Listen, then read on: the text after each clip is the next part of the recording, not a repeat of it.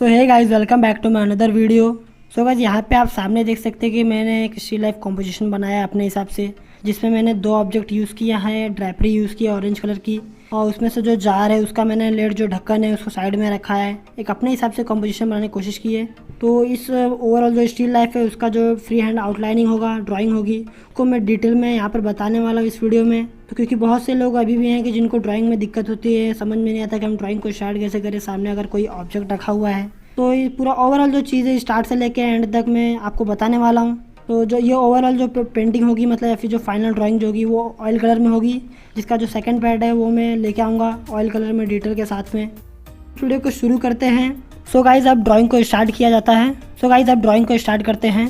So guys, यहाँ पे सबसे पहले मैं क्या करूँगा, सो गाइज यहाँ पे मैं सबसे पहले पूरा जो ओवरऑल जो स्टिल लाइफ है उसकी हाइट जो है कि मतलब कितने हाइट में ऑब्जेक्ट आ रहा है, तो ओवरऑल हाइट और ओवरऑल जो विड्थ है उसकी चौड़ाई जो है कि कितने चौड़ाई में वो आ रही है, तो उसको मैं मेज़र करके एक मार्किंग कर लूँगा कि इतने से इतने चौड़ाई में और इतने से इतने हाइट में वो आ रहा है। मतलब एक रेक्टेंगल या फिर एक स्क्वायर बनेगा जो कि, तो आप इस तरीके से भी कर सकते हैं, वरना आप अपने तरीके से भी कर सकते हैं। आप पहले तो एक ओवरऑल आपको मार्किंग कर लेनी है या फिर एक रफ स्केच कर लेना है आपको ओवरऑल कि कौन सा ऑब्जेक्ट कहाँ पे आ रहा है। तो इस तरीके से आपको स्टार्ट करना है अभी। सो यहाँ पे सबसे पहले मैं जार का ड्राइंग से स्टार्ट करूँगा, जार की ड्राइंग से। तो उसके लिए सबसे पहले क्या करना होगा, उसके पहले सबसे पहले मैं जार की जो विड्थ है या फिर मतलब एक मार्किंग करूँगा कि वो जार जो है वो सेंटर से कितना मतलब राइट साइड से बाहर है या कितना लेफ़्ट साइड से बाहर है। तो उसकी पूरी एक ओवरऑल मार्किंग कर लूँगा मैं। तो आप देख सकते हैं कि वो राइट साइड में कितना बाहर है और लेफ़्ट साइड में कितना बाहर है सेंटर से। तो इस तरीके से जार का जो मतलब प्रोपोर्शन है वो आ जाएगा कि जार कहाँ पर प्लेस्ड है, तो एक मार्किंग हो जाएगी।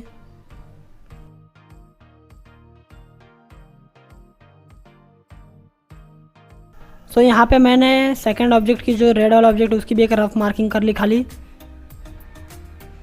एक रफ मार्किंग सिर्फ की है उसकी मैंने। तो अब जार के लिए जो सबसे पहले तो उसकी विड्थ को मतलब हम मेज़र कर लेंगे, मतलब पहले तो चौड़ाई उसकी मेज़र करेंगे, फिर चौड़ाई के थ्रू हम हाइट की मेज़र करेंगे फिर। तो यहाँ पे मैंने मेज़र कर लिया है चौड़ाई के थ्रू, मतलब हाइट भी मेज़र कर लिया है कि चौड़ाई से कितना ज़्यादा है उसकी हाइट। तो एक ओवरऑल एक शेप रेक्टेंगल बन जाएगा वर्टिकली। तो इस वर्टिकल मतलब रेक्टेंगल के अंदर ही हमारा जार जो है वो आएगा परफेक्टली पूरा। इस तरीके से भी आप कर सकते हैं या फिर आप थोड़ा सा अपने तरीके से भी कर सकते हैं, तो इससे बेटर होगा, आपकी ड्राइंग भी अच्छी आएगी, मतलब प्रोपोर्शन भी सही होगा ड्राइंग का पूरा। अब मैं जो जार की जो हाइट है उसका मैं सेंटर को मेज़र करूँगा। उसके बाद फिर मैं उसकी जो विड्थ है उसकी चौड़ाई के सेंटर को मेज़र करूँगा। फिर यहाँ पे मैंने उसके हाइट और उसकी जो विड्थ है दोनों के सेंटर्स को मेज़र कर लिया है। फिर हम जो ये जो सेंटर मिला है हमें जो चौड़ाई का और उसके हाइट का, तो उसके थ्रू हम अदर जो प्रोपोर्शन है या फिर अदर जो ऑब्जेक्ट की जो ड्राइंग है उसमें हमें हेल्प मिलेगा मतलब। तो यहाँ पे अब जो जार की जो मतलब जो येलो ऑकर या फिर ब्राउनिश जो पार्ट है ऊपर वाला अपर जो पार्ट है उसका, तो उसको हम ड्रॉ करेंगे। तो उसके लिए यहाँ पे मैंने मेज़र किया कि वो सेंटर से कितना ऊपर है, जार का जो मैंने सेंटर लिया है उससे वो कितना अप है। तो फिर उसके थ्रू अब जो ब्राउन जो लाइनिंग थी उससे ऊपर जो जार का जो नेक है, जो मतलब कि पतला वाला जो नैरो पार्ट है नेक का उसके, तो उसको भी मार्किंग कर लिए कि वो कहाँ पर आएगा। अब उसके थ्रू अब मैं उसका जो खुला हुआ भाग है ऊपर का जो पोर्शन है तो उसकी भी मार्किंग कर ली यहाँ पे मैंने अब। तो इस तरीके से आप पार्ट वाइज मतलब धीरे धीरे हर पार्ट का एक मार्किंग कर लेंगे। इसके थ्रू आप जो ड्राइंग करेंगे फिर तो वो आपको ईजी पड़ेगा। इसी तरीके से आप धीरे धीरे करते करते आप मतलब बाद में क्विकली कर पाएंगे, थोड़ा जल्दी कर पाएंगे और आपको एक्सपीरियंस होने के बाद उतना आपको दिक्कत भी नहीं होगा। सो अभी आप उतना मतलब निराश मत होइए कि आपसे नहीं बन पा रहा है, तो क्योंकि आप बिगिनर है अभी तो आपने स्टार्ट किया है। तो यहाँ पे आप अपसेट मत होइए कि आपसे नहीं बन पा रहा है। आप ट्राई कीजिए, कोशिश कीजिए, मतलब पूरा अपने तरफ से आप 100% दीजिए, आप कोशिश कीजिए पूरी 100% बनाने की। तो इसी तरीके से आप करते करते धीरे धीरे आएगा। ये नहीं कि आप फर्स्ट टाइम बर्थडे या फर्स्ट टाइम आइए आपसे मतलब बहुत ही अच्छा बन जाए ऐसी उम्मीद रखें, तो ऐसा तो नहीं है। आप धीरे धीरे समय के साथ ही ये इम्प्रूव होगा। सो यहाँ पे अब मैं फाइनल ड्राइंग को कर रहा हूँ, आप देख सकते हैं यहाँ वीडियो में पूरी मार्किंग मैंने कर ली है। उसके थ्रू अब इजीली मैं फाइनल ड्राइंग करूँगा जार की। उसके ऊपर का जो ओपन पार्ट है उसकी पूरी ड्राइंग। बहुत ज़्यादा कुछ है नहीं इसके ड्राइंग में जार में, खाली आपको सिर्फ परफेक्टली मार्किंग करनी है, प्रोपोर्शन आपको देखना है, उसके बाद आपको इजीली ड्रॉ कर पाएंगे आप। सो आप देख सकते हैं कि मार्किंग के थ्रू कितना इजी पड़ रहा है मुझे। तो ऊपर का पार्ट ऑलमोस्ट मतलब धीरे धीरे फाइनल हो रहा है ड्राइंग जो है। फिर इसी के थ्रू मतलब कि ये जो ओवरऑल जो जार है इसके थ्रू मैं सेकंड ऑब्जेक्ट जो कि रेड वाला जो है तो उसकी ड्राइंग करूँगा इसके थ्रू। तो आप भी इसी तरीके से घर पर कोई भी एक छोटा सा ऑब्जेक्ट रखिए, कोई भी पीछे एक ड्रैपरी रखिए और थोड़ा सा एक कॉम्पोजिशन को समझिए आप। कॉम्पोजिशन भी थोड़ा सा मतलब इम्पोर्टेंट मतलब महत्वपूर्ण होता है कॉम्पोजिशन भी। और आप प्रैक्टिस के लिए आप नेट से रेफरेंस फ़ोटोज़ भी ले सकते हैं, मतलब आप किसी का वर्क कॉपी मत कीजिए, आप रेफरेंस फ़ोटो भी ले सकते हैं। या फिर अगर ज़्यादा बेटर होता है कि आप लाइव कीजिए, आप घर पर ही कोई भी छोटा मोटा 2 ऑब्जेक्ट 3 ऑब्जेक्ट रखिए, थोड़ा सा एक अच्छा सा कॉम्पोजिशन बनाइए। कॉम्पोजिशन जितना अच्छा होगा उतना देखने में ड्राइंग मतलब और मज़ेदार लगेगा, इंटरेस्टिंग लगेगा। फिर इसके बाद तो ड्राइंग आप अच्छे से करेंगे तो फिर तो मतलब कि बहुत ही अच्छा हो जाएगा फिर तो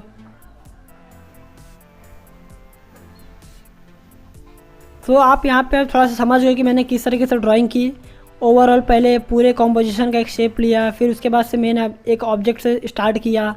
उस ऑब्जेक्ट की पहले तो मतलब कि एक शेप लिया कि कौन से शेप के अंदर वो ऑब्जेक्ट है, उसका विड्थ मतलब मेज़र किया, फिर हाइट मेज़र किया, फिर जाके उसके सेंटर्स के थ्रू मतलब मैंने पार्ट वाइज मेज़र किया कि कौन से मतलब कि कितने पार्ट में कौन सा पार्ट आ रहा है। तो इस तरीके से जार की ड्राइंग ऑलमोस्ट फाइनल हो जाएगी अभी जल्दी। सो आप लोग भी इसी तरीके से कीजिए, आप डीमोटिवेट मत होइए, ज़्यादा से ज़्यादा काम कीजिए दिन में, मतलब कि कुछ ना कुछ तो कीजिए दिन में, ऐसा नहीं कि पूरा दिन खाली जाए। और मेज़र करने के लिए जो कि मैं पेंसिल का यूज़ कर रहा हूँ मेज़र करने के लिए, तो आप इसी तरह से किसी भी चीज़ का यूज़ कर सकते हैं, स्केल का यूज़ कर सकते हैं, बट ज़्यादा बेटर जो है पेंसिल ही, क्योंकि आप उससे ड्रॉ कर रहे हैं तो आप उससे इजीली मेज़र भी कर सकते हैं। आपको बार बार कुछ मतलब टूल्स अलग से चेंज नहीं करना होगा। सो अब यहाँ पे मैं जार के थ्रू सेकंड ऑब्जेक्ट की ड्राइंग स्टार्ट कर देता हूँ। जार फाइनल हो चुका है। तो सेकंड ऑब्जेक्ट की ड्राइंग के लिए तो सबसे पहले मैं जार का जो मतलब लोअर आउटलाइन है, सबसे निचला पार्ट जो है बेस है, सो उससे मैं जो सेकंड ऑब्जेक्ट है वो कितने नीचे है, मतलब कहाँ पर उसकी फिनिश लाइन है, तो उसको मैं मेज़र कर रहा हूँ। उस डिस्टेंस को मेज़र करके मैं दूसरे डिस्टेंस से मतलब जार के किसी भी पार्ट से मेज़र कर रहा हूँ कि किस पार्ट के वो इक्वल है। तो इससे क्या है कि परफेक्ट मेज़र होगा। तो यहाँ पर सेम इसी तरह जिस तरीके से मैंने जार की ड्राइंग का मतलब सबसे पहले एक आउटलाइन लिया, मतलब एक शेप लिया, तो उसी तरीके से मैं इसका भी एक शेप ले रहा हूँ। मैंने इसकी हाइट को मेज़र किया कि इसकी हाइट जो है जार के कितने पार्ट को टच कर रही है, और फिर इसकी जो विड्थ है वो जार के कितने पार्ट को कवर कर रही है। सो ये सब आपको मेज़र करना है, उसके थ्रू आपको ड्राइंग करना है। तो ये जितना मुझे मतलब समझ आ रहा है उतना मैं आपको समझाने की कोशिश करूँगा अपने हिसाब से मैं। सो यहाँ पे अब मैं इसकी भी एक सेंटर को मेज़र कर लूँगा, इसके वर्टिकल सेंटर को, फिर हॉरिजॉन्टल सेंटर को। सो इससे इसका ओवरऑल सेंटर आ जाएगा एक। सब सेम इसी तरीके से मैं अब इसके नेक का जो मतलब नेक कितने पार्ट में आ रहा है तो उसका मार्किंग करूँगा, वो उसके सेंटर के थ्रू मैं मार्किंग कर रहा हूँ। अब इसके बेस की मार्किंग को मैं फिर कर रहा हूँ, डन कर रहा हूँ। सेम इसी तरीके से आप पहले एक ओवरऑल शेप लीजिए, फिर उसके मतलब वर्टिकल हॉरिजॉन्टल सेंटर निकाल करके आप उसका सेंटर लीजिए, फिर उसके नेक जो है या फिर जो भी पार्ट है उसका आप मेज़र कीजिए किसी दूसरे पार्ट के थ्रू। फिर इसके बेस को मैंने मेज़र किया, अब इसका जो अपर पार्ट है उसको मैं मेज़र करूँगा। सो आप इसी तरीके से भी कर सकते हैं, या फिर आप इसे और बेटर समझिए, अच्छा कीजिए इससे, जिससे आप क्विकली कर सके थोड़ा। तो यहाँ पे जिसका जो अपर पार्ट है मतलब जो इसका ऊपर का खुला हुआ पार्ट है, तो उसकी जो विड्थ है उसको भी मेज़र करना है आपको कि वो जो पूरा जो ओवरऑल शेप का जो मतलब कि शेप जो है उसके ऑब्जेक्ट का, तो उससे मतलब कितना वो अंदर है। तो आप देख सकते हैं कि जो मतलब आउटर लाइन का जो मैंने मार्किंग की उससे वो लगभग 1/2 इंच अंदर है, मतलब जो उसका ऊपर का जो पार्ट है वो खुला हुआ पार्ट। तो इसी तरीके से आपको मार्किंग करना है। फिर उसके थ्रू आप नेक की मार्किंग कर सकते हैं कि नेक कितना पतला है, उस पार्ट से कितना अंदर है नेक। फिर सेम इसी तरीके से आप मतलब सबकी विड्थ को मेज़र कीजिए, हाइट को मेज़र कीजिए। पूरा ओवरऑल मार्किंग करने के बाद आपको ड्राइंग करना बहुत ईजी होगा। फिर आपको सिर्फ फाइनल ड्राइंग करनी होगी, सिर्फ आपको इरेज़र भी यूज़ नहीं करना पड़ेगा। आप देख सकते हैं कि यहाँ पे मैंने इरेज़र एक बार भी यूज़ नहीं किया है। तो ये इजी होता है, आप इरेज़र को अवॉइड कीजिए धीरे धीरे। अब मैं भी लगभग इरेज़र लगभग नहीं यूज़ करता हूँ।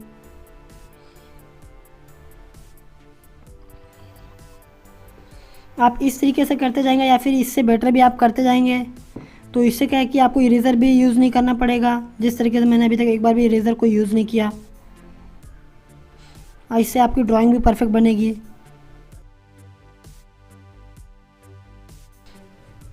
और आपको पहले तो अपनी जो लाइन प्रैक्टिस है उसको भी सुधारना पड़ेगा। तो उसके लिए आप घर पे या डेली जो लाइन प्रैक्टिस कीजिए, हॉरिजॉन्टल, वर्टिकल, फिर एंगुलर जो होती है, डायगोनल लाइन जो होती है, तो उन सब पर थोड़ा प्रैक्टिस कीजिए। सर्कल्स को प्रैक्टिस कीजिए, फ्री हैंड प्रैक्टिस कीजिए, हाथ की जो भी है। इससे आपकी जो लाइन है उसमें इम्प्रूवमेंट आएगा थोड़ा सा। वो समय के साथ साथ धीरे धीरे आएगा। आप डेली कीजिए, सुबह कीजिए 10 मिनट, 15 मिनट, 20 मिनट खाली। इसी तरीके से आप रोज़ दिन में एक एक वर्क करते जाइए। आपका बाद में जब धीरे धीरे समय बीतेगा, 1 साल, 1.5 साल, 2 साल, तो आपको खुद एक रिज़ल्ट देखने मिलेगा कि मैंने पिछले सालों से कितना मैंने इम्प्रूव किया है अपने आप को। मैंने भी अभी तक बहुत ज़्यादा ड्राइंग्स भी नहीं किए, तो इसी तरीके से आपने पोर्ट्रेट्स भी देखा होगा कि मैंने पोर्ट्रेट्स किया है। सो ऑलमोस्ट यहाँ पे सेकंड ऑब्जेक्ट भी फाइनल होने वाला है। तो अब मैं जो इसमें ऑब्जेक्ट में से जो निकला हुआ पार्ट है, जो बाहर की तरफ एक नली के जैसा निकला हुआ पार्ट है, उसकी भी ड्राइंग कर लेते हैं। तो उसको भी मार्किंग करना होगा। तो उसके लिए आप क्या करेंगे कि मैं उसको देख रहा हूँ कि वो सेंटर से कितना ऊपर है, कितना बाहर है, या फिर मेन ऑब्जेक्ट से कितना अंदर है वो। तो ओवरऑल उसकी हाइट को एक ओवरऑल जो आउटर एरिया है उसको मेज़र कर रहा हूँ, मार्किंग कर रहा हूँ। फिर उसके थ्रू उसकी एक फाइनल ड्राइंग देख सकते हैं कि आपको कितना ईजिली हो गई है उसकी ड्राइंग। आपको कुछ नहीं करना, आपको सिर्फ टेंशन फ्री एकदम होके कि रिलैक्स होके सिर्फ मार्क देखिए, उसको मेज़र कीजिए, एक ओवरऑल कंपोजिशन को समझिए, मार्किंग कीजिए, मार्किंग के थ्रू फिर आप ड्राइंग कीजिए। तो इससे क्या है कि आपकी जो कि ओवरऑल जो प्रोपोर्शन है वो एकदम ही बिल्कुल ही कि करेक्ट होगा, रॉन्ग नहीं होगा। यानी कि आपकी ड्राइंग गड़बड़ हो गई, कुछ ऐसा हो गया आड़ा टेढ़ा, तो वो सब चीज़ें नहीं होंगी फिर। तो यहाँ पे ऑलमोस्ट फाइनल हो चुका है सेकंड ऑब्जेक्ट की जो ड्राइंग है। तो अब इसके बाद मैं लेड की जो जो ढक्कन है उसका, तो उसकी ड्राइंग को स्टार्ट करूँगा फिर मैं। सो इसका जो कलर वाला वीडियो होगा वो भी अपलोड होगा। सो इस वीडियो को भी पूरा लास्ट तक देखिए। और आपको अगर अच्छा लगे तो आप लाइक ज़रूर कीजिएगा। पसंद आया हो, आपको हेल्पफुल लगा हो तो लाइक कीजिएगा। और चैनल पर अगर मेरे नए हो तो सब्सक्राइब ज़रूर कीजिएगा,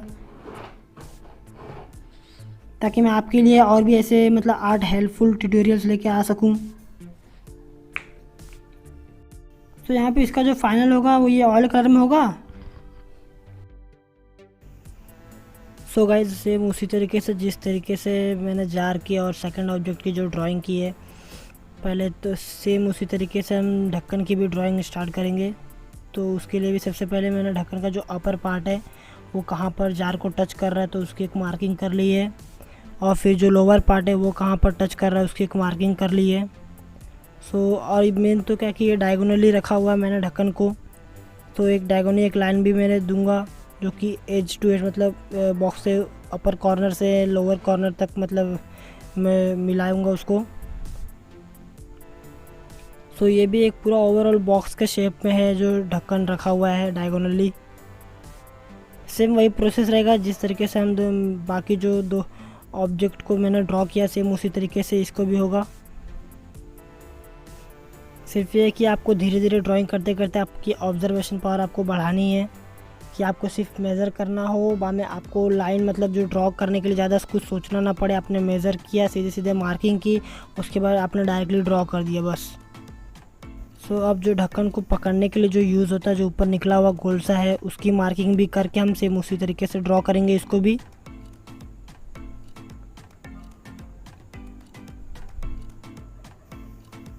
आप उसकी मार्किंग को देखिए मैंने किस तरीके से उसको मेज़र किया कि उसका जो पकड़ने वाला उसका अपर पार्ट है वो कौन से पार्ट के इक्वली है। तो इसी तरह आपको भी मेज़र करना है कि कौन से पार्ट के इक्वल है, कितने पार्ट तक आ रहा है सेकंड ऑब्जेक्ट के। या फिर फर्स्ट ऑब्जेक्ट के। सो ऑलमोस्ट यहाँ पर ढक्कन की भी ड्राइंग कंप्लीट होने वाली है। तो हमारा ओवरऑल जो मेन ऑब्जेक्ट जो होगा उसकी ड्राइंग कंप्लीट हो जाएगी। फिर इसके बाद सिर्फ ड्रेपरी और टेबल का जो मार्किंग होगा वो बचेगा। सो गाइस अब टेबल को हम थोड़ा सा ड्रॉ कर लेते हैं, मार्किंग कर लेते हैं। तो उसके लिए भी आप देख सकते हैं कि मैं उसके एज की मार्किंग कर रहा हूँ, जो सामने का एज है सबसे फ्रंट वाला, कि वो एज कौन से ऑब्जेक्ट के सामने है या फिर कितने पार्ट पर है वो एज। आप उस एज पर मतलब पेंसिल को देखिए तो वो पता चलेगा कि वो कौन से पार्ट के कितने पार्ट तक है, कौन सा ऑब्जेक्ट के। सेम वही प्रोसेस रहेगा हर चीज़ के लिए। यहाँ पे देखिए ड्राइंग का जो है टेबल की भी मतलब एक साइड का हो चुका है, अभी एक साइड का बचा हुआ है। ठीक इसी तरीके से हम दूसरा भी कर लेंगे। अब नीचे यहाँ से जो क्लॉथ ड्रेपरी गई हुई, कपड़ा गया हुआ है जो, उसका जो फोल्ड है उसको हम एक मतलब रफ जो है रफली थोड़ा सा ड्रॉ करेंगे, ना कि बहुत ही डिटेल। खाली हमको फोल्ड्स दिखाने हैं सिर्फ कि किस तरह, कहाँ से लाइट कहाँ से डार्क है।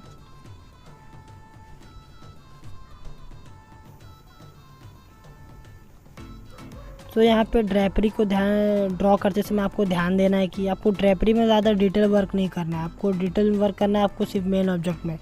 तो वो ड्रेपरी को हम थोड़ा सा मतलब कि बोरिंग सा ही रखेंगे, हल्का सा, मतलब कि वर्क तो होगा, ऐसा नहीं कि भद्दा बनाना है। तो इसको सिर्फ थोड़ा सा बोरिंग रखने के जो हमारा जो फोकस है वो डायरेक्ट मेन ऑब्जेक्ट पर हो, ना कि सिर्फ ड्रेपरी पर। तो ड्रेपरी पर हमें कम काम करना है।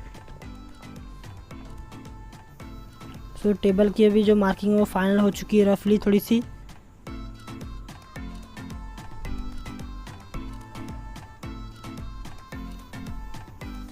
तो अब हम सिर्फ ड्रेपरी को ड्रॉ कर लेते हैं फटाफट। आपको सिर्फ ड्रेपरी में सिर्फ आपको सिर्फ जो फोल्ड्स हैं उनको ही सिर्फ रफली ड्रॉ करना है कि कहाँ पर लाइट है कहाँ पर डार्क है, बस। उससे ज़्यादा आपको ड्रेपरी में वर्क नहीं करना है, आपको सिर्फ मेन ऑब्जेक्ट पर ज़्यादा ध्यान देना है।